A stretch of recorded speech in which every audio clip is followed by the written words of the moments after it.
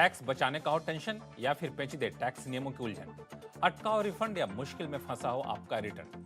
हर मुश्किल सवाल का आसान जवाब है टैक्स गुरु, जहां आप न सिर्फ अपना टैक्स बचाते हैं बल्कि हम टैक्स की उलझनों को सुलझाने के गुर भी आपको सिखाते हैं। नमस्कार, मैं हूं लक्ष्मण रॉय और आज आपके सवालों का जवाब देने के लिए हमारे साथ हैं जाने माने टैक्स एक्सपर्ट अहमदाबाद से जुड़े हैं मुकेश पटेल साहब। सर, आपका स्वागत है CNBC आवाज में। और इस शो में मुकेश जी आपको आपके सवालों का जवाब देने के साथ साथ कई ऐसे टिप्स बताएंगे जो आपके और आपके उत्तराधिकारी के लिए काफी महत्वपूर्ण हो सकते हैं। तो सबसे पहले आपको बता दूं कि इस शो में क्या कुछ खास रहने वाला है। वसीयत बनाते वक्त किन किन बातों का रखें ध्यान ताकि ज्यादा से ज्यादा बचा पाए टैक्स। बैंक, शेयर मार्केट या किसी सिक्योरिटी में आपने किया है निवेश तो कुछ जरूरी बातों का रखें ख्याल।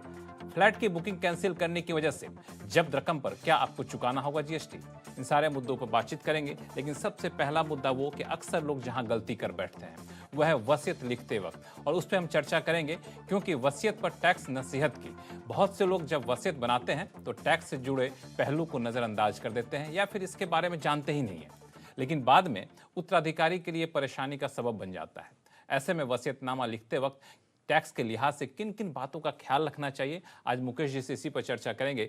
मुकेश जी, सबसे पहले तो मुझे ये बताइए कि सबसे ज्यादा वसीयत में प्रॉपर्टी नाम की जाती है, ऐसे में जो उत्तराधिकारी पर क्या टैक्स की देनदारी बनती है, अगर वसीयत लिखने वालों ने इस टैक्स के पहलू पर ध्यान नहीं दिया और वसीयत लिख दिया तो किस तरह की परेशानी बन सकती है या फिर किस तरह की टैक्स की देनदारी बन सकती है?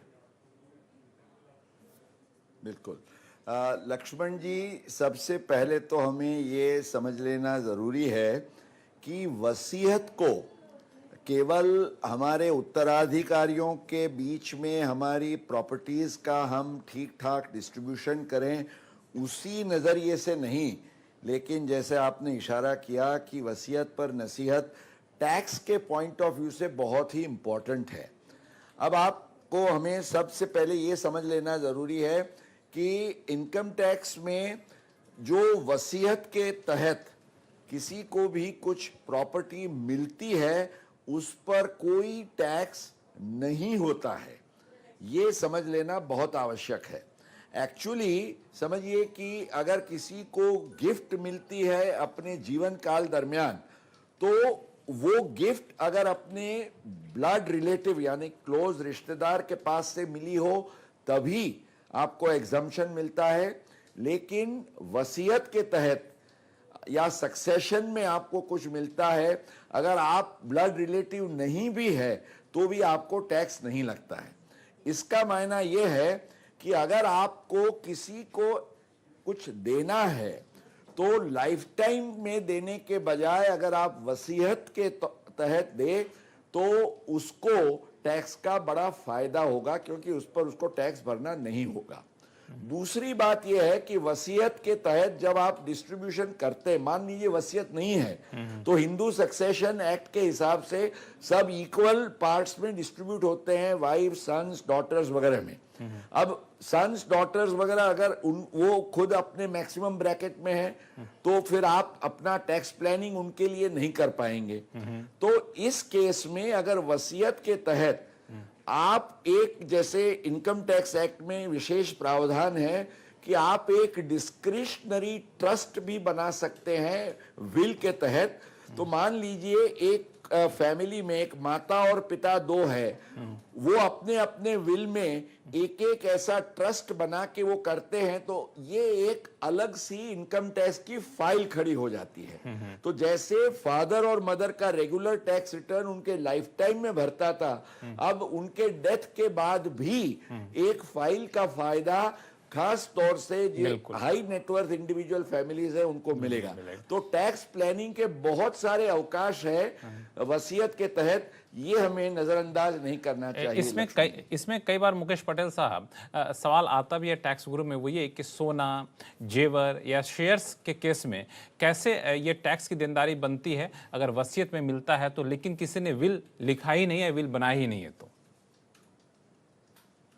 जी, अब जैसे मैंने आपको बताया कि विल है या नहीं है, टेस्टामेंटरी सक्सेशन हो या इंटेस्टेट सक्सेशन हो, आपको जो मिलता है उस पर टैक्स नहीं लगता है। लेकिन मिलने के बाद जब आप उसको मान लीजिए बेचते हैं और उसमें से आप पैसों का उपार्जन करते हैं तो उस पर जरूर आपको कैपिटल गेन्स टैक्स की लायबिलिटी लग सकती है। पर जैसे मैंने आपको बताया कि वसीयत का होना इसलिए बहुत महत्वपूर्ण और आवश्यक है दो कारण से। एक तो आप किसको क्या प्रॉपर्टी देना चाहते हैं, ठीक है, वो नजरिए से वो महत्वपूर्ण है, और दूसरा जिसको आप जो दे रहे हैं उसके आधार से उनका खुद का टैक्स प्लानिंग होगा या नहीं। इसलिए मैं ये कहता हूं आप जो भी चाहें वसीयत जरूर बनाइए। मुकेश पटेल साहब, आपका कहना यह है कि वसीयत जरूर लिखें। वसीयत बनाने से क्या होता है कि चीजें बहुत ज्यादा बिल्कुल। स्पष्ट होती हैं और बाद में आपके उत्तराधिकारी के ऊपर टैक्स की पेचीदगियां नहीं रहती है, फिर टैक्स की देनदारी नहीं बनती है, फिर बहुत कम बनती है। तो वसीयत पर मुकेश पटेल साहब की जो नसीहत है इसका जरूर ख्याल रखें। मुकेश जी, कई सारे कॉलर हमारे पास जुड़ चुके हैं और सबसे पहले आपके ही शहर में चलता हूं, अहमदाबाद, जहां से अंकिता शाह जी फोन लाइन पर। अंकिता जी बताइए, क्या सवाल आपके पास? नमस्कार। नमस्कार। मेरा ये क्वेश्चन है कि मुझे ऐसा ख्याल है कि हिंदू लॉ के अंतर्गत पिता की संपत्ति में पुत्री का भी भाग होता है, तो कृपया इसके बारे में विशेष जानकारी दीजिएगा। बिल्कुल अंकिता जी, आपका प्रश्न अत्यंत महत्वपूर्ण है और लक्ष्मण जी जिसका मैं अभी जिक्र कर रहा था कि अगर बेटी का जो इंटरेस्ट है, आजकल तो आप जानते हैं हमारे प्राइम मिनिस्टर से लेके सबका एक फोकस है बेटी बचाओ आंदोलन, और सुप्रीम कोर्ट से लेके सबके नजरिए से बेटी हो या बेटा हो एक समान अधिकारी वो होने चाहिए। ये एक समाज में भी ये प्रस्थापित होने लगा है। अब कानूनतः जो अंकिता जी ने सवाल पूछा है उसके दो पहलू में मैं जवाब दूंगा। सबसे पहले तो अगर वसीयत होती है तो पिता को अपनी इंडिविजुअल प्रॉपर्टी किसको देना ये उसका अधिकार है। वो बेटे को दे, बेटी को दे, समान दे, असमान दे, वो उसका राइट है।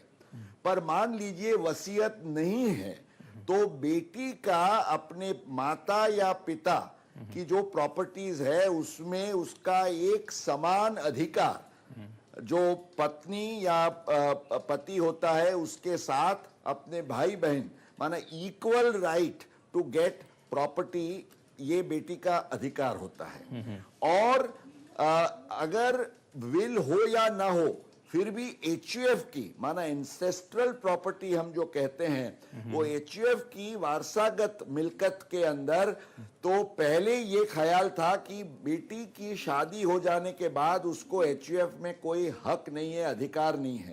अब ये कानून बदल चुका है। 2005 में उसका कानूनी संशोधन हुआ और अभी 2020 में ही सुप्रीम कोर्ट ने एक बड़ा ऐतिहासिक चुकादा दिया जिसमें उन्होंने कहा कि बेटी और बेटा दोनों के को पार्सनरी राइट इक्वल हैं एचयूएफ में। जितना अधिकार घर में बेटे का होता है उतना अधिकार बेटी का भी होता है और इसमें सरकार के कानून भी है और सुप्रीम कोर्ट का फैसला भी है। तो अंकिता जी, मैं उम्मीद करता हूं कि आपकी संशय दूर हो गई होगी और किसी भी तरह की दुविधा अब नहीं होगी।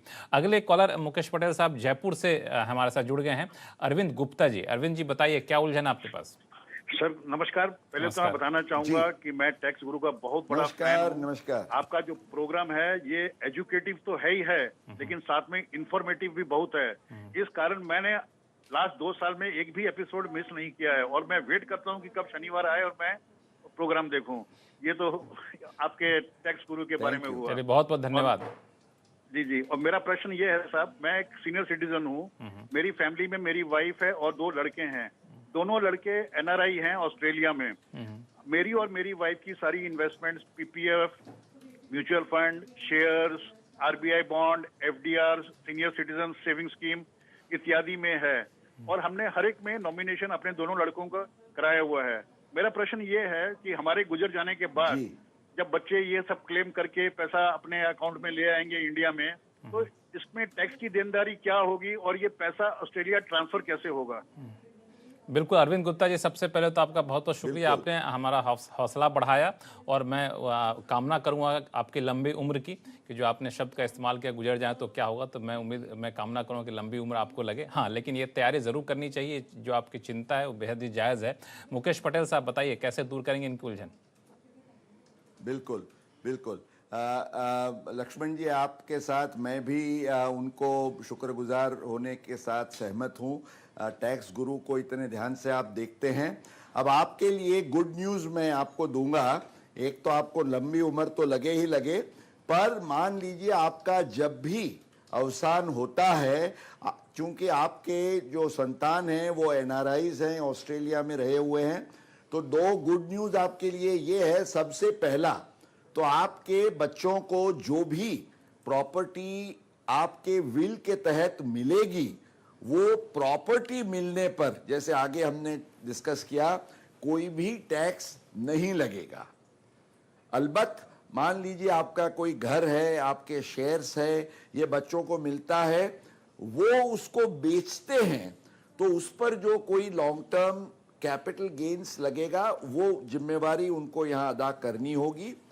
और उसके बाद the best part of it is कि रिजर्व बैंक ऑफ इंडिया ने हमारे एनआरआईज के लिए रीपैट्रिएशन ऑफ देयर एसेट्स, उसके लिए जो प्रावधान किए हैं, तो एक वित्तीय वर्ष में, एक साल में आप 1 मिलियन US डॉलर की समकक्ष जो फॉरेन एक्सचेंज है वो आप अब्रॉड भेज सकते हैं। माना जो भी आपका बेटा हो बेटी हो, दोनों 1-1 मिलियन करके, तो काफी रकम है।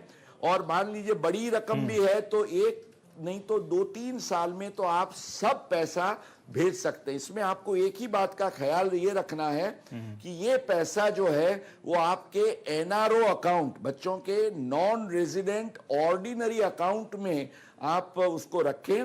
इसलिए अगर उनके एनआरओ अकाउंट्स अभी नहीं है तो आप प्लीज खोल दीजिएगा। मुझे लगता है कि इसका ख्याल इनको रखना होगा कि एनआरओ अकाउंट में आपको यह पैसा ट्रांसफर करना होगा। फिलहाल वक्त है छोटे से ब्रेक का। ब्रेक के बाद आपको बताएंगे शेयर मार्केट या म्यूचुअल फंड से हुई कमाई पर टैक्स बचाने के लिए क्या प्रॉपर्टी में निवेश किया जा सकता है। बताएंगे छोटे से ब्रेक के बाद।